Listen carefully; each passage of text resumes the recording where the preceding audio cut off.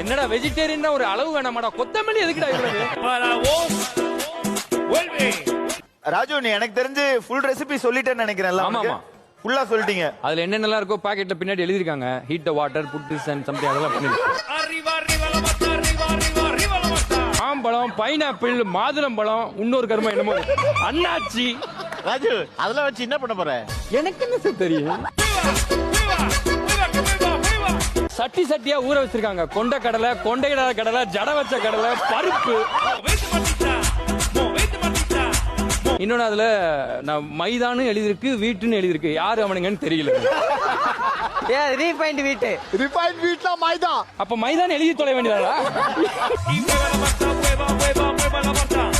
இது என்னடா வெஜிடேரியன் ஒரு அளவு வேணாமாடா? கொத்தமல்லி எதுக்குடா இவ்வளவு?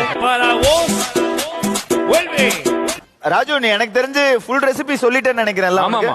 ஃபுல்லா சொல்லிட்டீங்க. அதுல என்னென்னலாம் இருக்கோ பாக்கெட்ல பின்னாடி எழுதிருக்காங்க. Heat the water, put this and something அதெல்லாம் பண்ணிருக்காங்க. மாம்பழம், பைனாப்பிள், மாதுளம்பழம், இன்னொரு கருமா என்னமோ அண்ணாச்சி. ராஜு, அதெல்லாம் வச்சு என்ன பண்ண போற? எனக்கு என்ன சார் தெரியும்? சட்டி சட்டியா ஊற வச்சிருக்காங்க. கொண்ட கடலை, கொண்டையிடாத கடலை, ஜட வச்ச கடலை, பருப்பு. இன்னொன்னு அதுல நான் மைதான்னு எழுதிருக்கு, வீட்டுன்னு எழுதிருக்கு. யாரு அவனுங்கன்னு தெரியல. ரீஃபைண்ட் வீட்டு. ரிஃபைண்ட் வீட்ல மைதா. அப்ப மைதான் எழுதி தொலை வேண்டியதா? எவ்வளவு ஐட்டம் இருக்கு உனக்கு? என்னென்ன பண்ண 10 டிஷ். ஒரு ஐட்டம் அது எனக்கு தெரிஞ்ச மாதிரி வச்சா.